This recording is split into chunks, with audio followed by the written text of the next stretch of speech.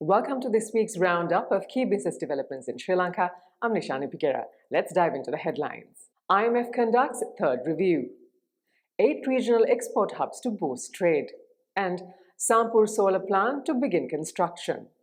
In our top story this week, a team from the International Monetary Fund is currently in the country to review Sri Lanka's extended fund facility under the IMF program. This follows the government's recent presentation of the Budget 2025, which aims to achieve a budget deficit of 6.7%, maintaining a primary surplus of 2.3%. The IMF has emphasized the need for Sri Lanka to implement tax reforms and control spending to address budget deficits. Key revenue-raising measures in the budget include a rental income tax, higher VAT on digital services, increased corporate taxes for tobacco and betting companies, and a doubling of stamp duties. While the government introduced tax relief for individuals and small businesses, these measures are under scrutiny by the IMF. The approval of a $333 million tranche under the facility hinges on the findings of this report and assessment of the policies. Sri Lanka is taking a significant step forward in its renewable energy ambitions with the upcoming construction of a 120 megawatt solar power plant in Sampur, Trincomalee, set to begin in April. President Anukumar Dissanayake announced the project at a post-budget forum, emphasizing the government's commitment towards reducing energy costs and transitioning into cleaner energy sources. The project, which received cabinet approval this week, will be managed by Trincomalee Power Company Limited. It will operate under a build, own and operate model with collaboration between Ceylon Electricity Board and India's NTPC.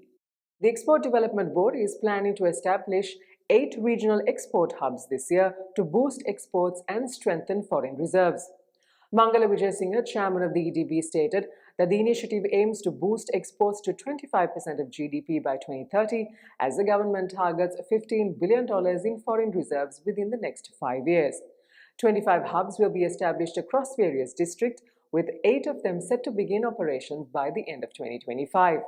The first phase includes hubs in Polonnaruwa for ornamental fish, Nuwara for coffee, and Mathura for spices. Poultry production is also a key focus in this program.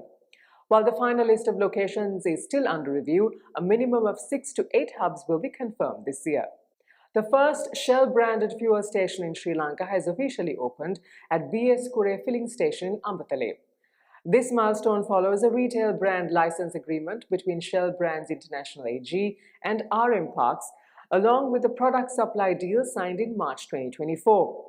RM Parks, a partnership between TriStar Group and RM Parks Incorporation, will rebrand 150 fuel stations across Sri Lanka to the Shell brand under a 20-year contract awarded by the Ministry of Petroleum and Energy in 2023. Jason Callison, president of RM Parks, highlighted Shell's long-standing commitment to excellence and sustainability, expressing excitement about contributing to Sri Lanka's growth. SLASSOM participated in India's NASSCOM Technology and Leadership Forum 2025 in Mumbai on February 24th and 25th. The event, themed Navigating Disruption in a Connected World, brought together global tech leaders and policymakers. A high-level delegation led by Deputy Minister Eranga Veeraratne, Dr. Hans Vijayasuriya and SLASSOM Chairman Nishan Mendis attended the event, showcasing Sri Lanka's IT and BPM sectors. SLASSOM highlighted Sri Lanka's Island of Ingenuity brand, emphasizing the country's commitment to fostering stronger ties with India's tech ecosystem. Nishan Mendis noted the forum's importance of reinforcing Sri Lanka's role as a global tech partner, offering opportunities for investment, innovation, and cross-border collaboration. In this week's tourism update, in the first 20 days of February, Sri Lanka welcomed over 175,000 visitors, bringing the year-to-date total to almost 430,000, 19% higher from a year earlier. Daily arrivals were 8,772, exceeding last year's figure of 7,644 for the same period. India remains the largest source market in the month, followed by Russia and the United Kingdom. The SLTDA has set an ambitious target of 310,937 visitors for February. The all-share price index at the Colombo Stock Exchange lost territory this week, with selling pressure driving the bourse lower.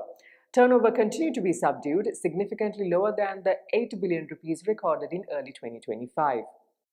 At the Treasury bill auction held on Wednesday, yields on all maturities fell for the 11th week. Bids amounting to 286 billion rupees were received, of which 140 billion were accepted. The Sri Lankan rupee was steady against the dollar this week, with the central bank's indicative mid-spot rate ranging between 295 and 296 rupees. And that concludes our update for this week. For the latest on economic and business developments in Sri Lanka, subscribe to our YouTube channel below. We'll be back next week with more insights. Until then, thank you for tuning in and stay safe.